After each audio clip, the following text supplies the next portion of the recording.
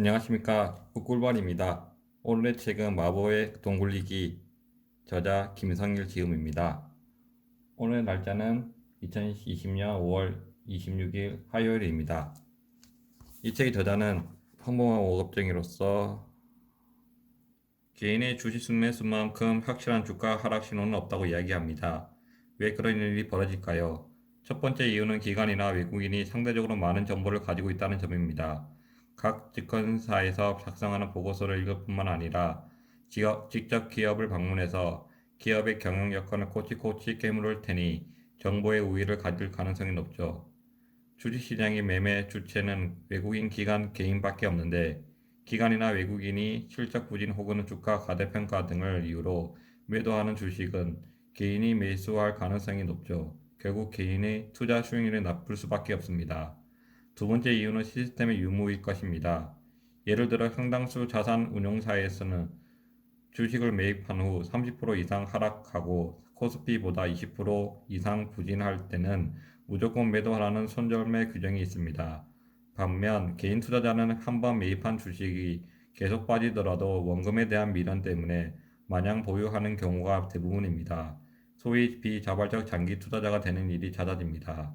반면 기관이나 외국인은 이런 심리적 평항에서 상대적으로 자유로워 일부 종목에서 손실을 보더라도 더 좋은 투자 기회를 찾을 전환점을 가지기 쉽습니다.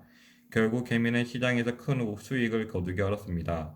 저금리 환경이 지속되는데 사실 거의 유일하게 높은 수익을 기대해 볼 수 있는 주식시장에서 번번이 장벽에 부딪히는 거죠. 특히 개인 투자자들을 더 어렵게 만드는 것은 높은 변동성입니다.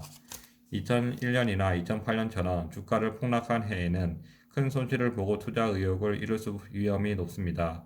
물론 멘탈이 튼튼한 사람들이야 손실에 굴하지 않고 장기간 투자할 수 있겠지만 대부분의 사람들은 큰 손실을 입은 후에는 심리적 위축되어 투자를 포기할 위험이 큽니다. 그런데 더 큰 심각한 문제는 2001년이나 2008년처럼 주가가 폭락한 다음 해가 지나고 보면 최고의 투자 기회였다는 것입니다. 그럼 어떻게 해야 할까요? 투자한 후 눈을 질끈 감고 인내할 수 없는 투자자들에게 어떤 대안이 있을까요? 바로 자산 배분입니다.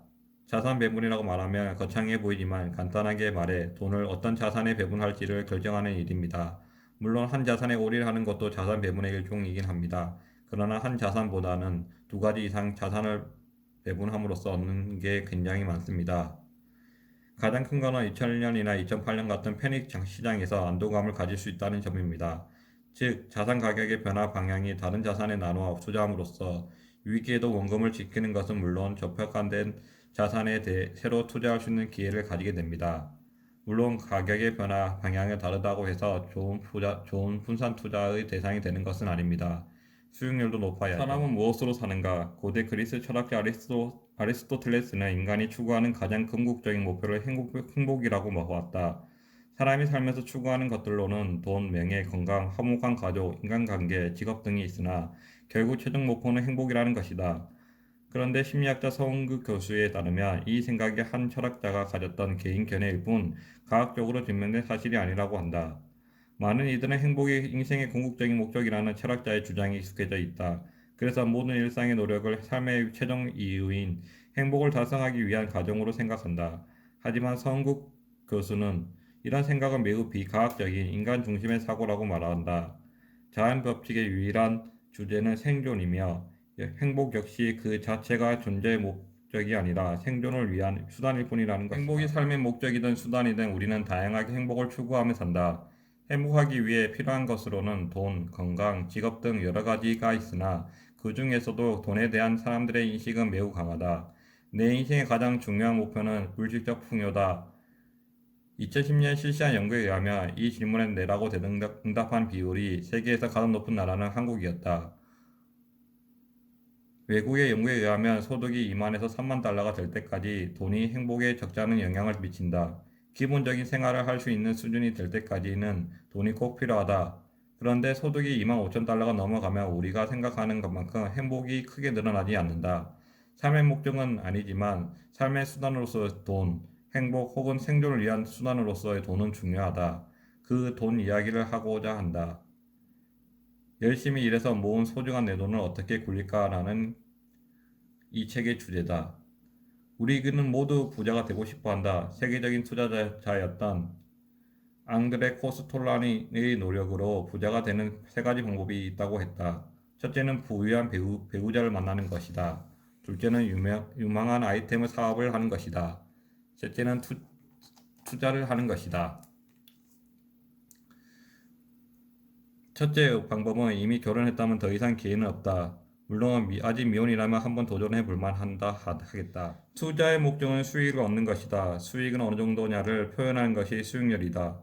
이자는 은행 상품의 수익률이다. 이자를 붙는 것이 복리라고 한다. 복리는 무조건 좋은 것인가? 수익률과 복리를 이해해 보자. 50% 정도 1,000만 원을 넣었다.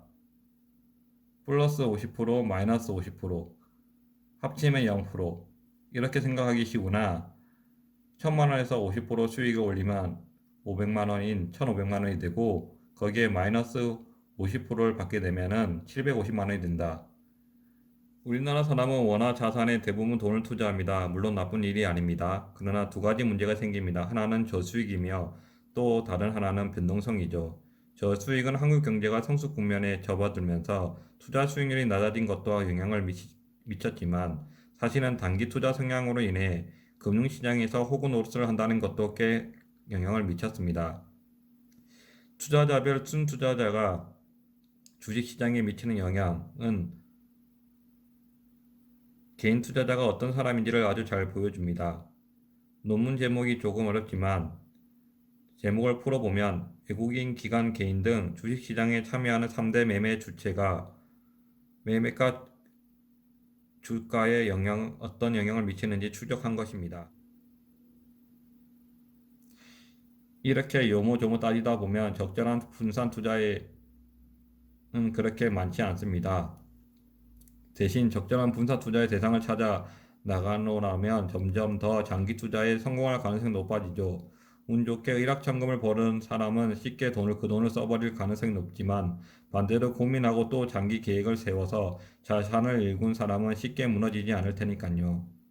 행운에 기댄 일확천금의 꿈을 버리고 대신 소박하지만 꾸준한 투자자에게 이 책을 선물하고자 생각합니다.